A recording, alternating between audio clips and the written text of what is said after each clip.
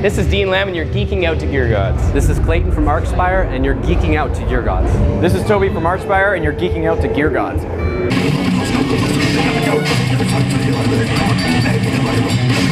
Hey, this is Dean from Archspire here. We're backstage at the Santa Ana show with the Fallujah headliner tour. Okay, that's very rude. Some rude things being said to me right now. I got a couple guitars here. Basically what I'm doing on this tour, I'm rocking my two Ibanez RG 222-8s. I'll show you one of them right now. It's pretty sick. Notice the gold lining. It's amazing. This one is pretty sweet. It's got a pretty thin neck. This is like the newest one that they did because it's like sort of a discontinued kind of model now. But it's an Ibanez Prestige, which is very, very awesome. It's got the stripes in the back. It's got that on the back. If you come to a show, you'll see why that's there.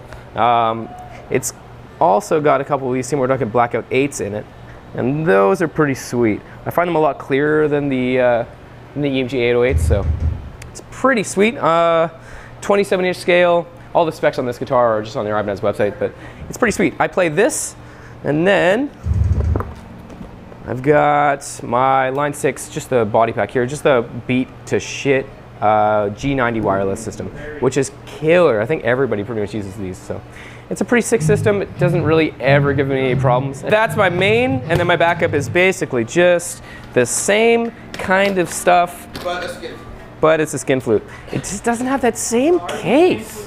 What's going on with that? This one's the same thing. You notice it has some green knobs. It's a little bit more worn. This is something I've been touring on for a bunch of years. So Seymour Duncan Blackouts are sick. I just cleaned this bridge. Look at how nice that looks. Oh my God, it's so awesome.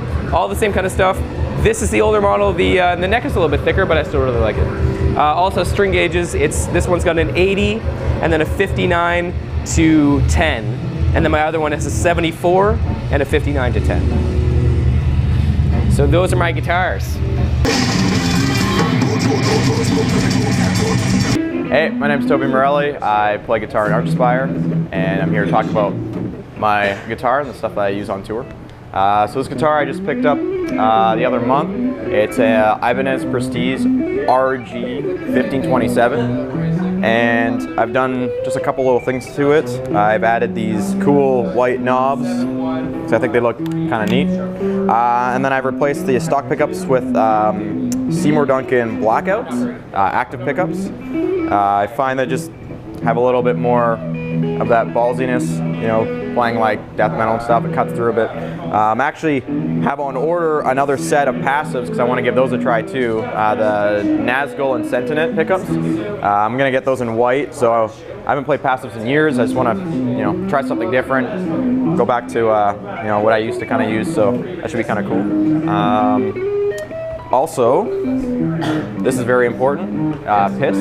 It's a very important thing for our band to, you know, one of those things. Also, one of the things I like about this the most is probably the neck. The neck on this is like super thin. It's really sturdy. It's a 5-piece. It's got like Wenge, and then it's maple, and then rosewood fingerboard. But it's just very smooth, really easy to play, especially with the 7-string. It's just like, it's pretty effortless. It's pretty even throughout the whole fretboard. So I just love it. And every night, it's first time I've had that on the road, and every night just I get more and more used to it. I love it so much. It's rad. So right now what I'm running is I have a Pod HT Pro rack unit, and that's going into a Mesa Boogie power amp. It's a 50-watt per channel power unit. So that, and then that goes into a Line 6 relay wireless system, which is into a power conditioner.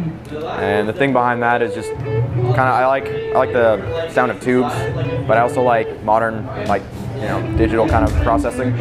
So just having the two combinations makes, you know, best of both worlds right there. So I like that. It sounds pretty rad. I can really customize it, so it's pretty badass.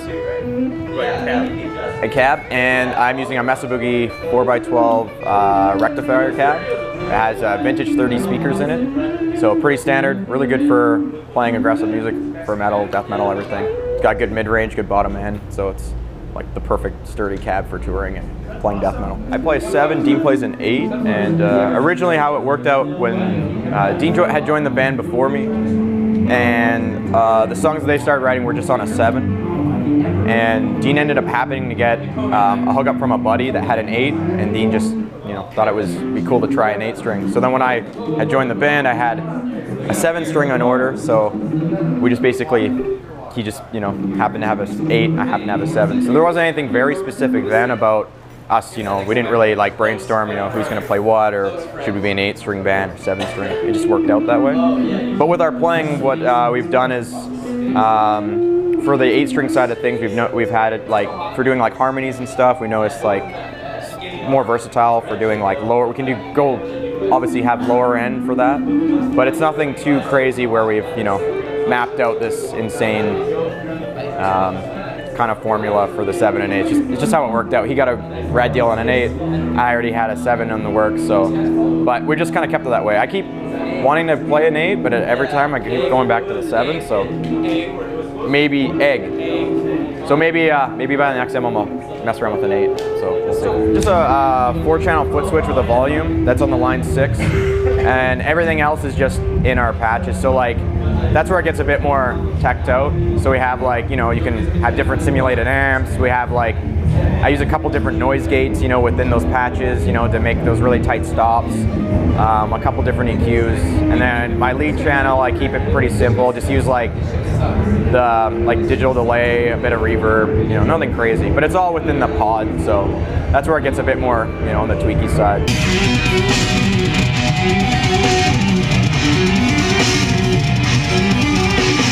Hey, my name's Clayton Harder. I play bass for Archspire.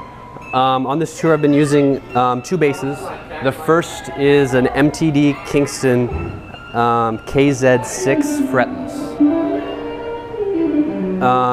It's all stock. It's a great bass. I love it. Love the sound, love the tone, love everything. And then for our one song, the last song we play in our set, Lucid Collective Somnambulation, I'm using an Ibanez Soundgear 706.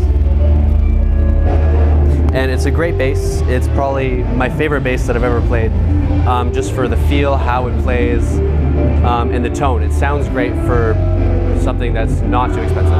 And on this tour, I've been using an all-DI setup. So I've been using a Sadowski DI preamp with an MXR M87 bass comp and a Line 6 G30 wireless. It sounds great. It's a really fat tone, but really, really clean. And it sounds great with both my basses. I'm going to document the absurd amount of Ibanez that is going on in this room right now. There's an Ibanez right here. That's one Ibanez. 2 Ibanez.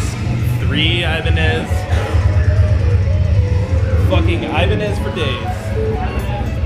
Alright, I'm gonna ask you guys a question. Do you guys ever do this thing? It's like a curse where you like get a blackout boner. You guys know what I'm talking about? Like you shouldn't have a boner, but you do. And you end up doing some bad shit. Like you end up boning a chick that you would normally like cross the street to not talk to, but your dick like hates you, so it just does it.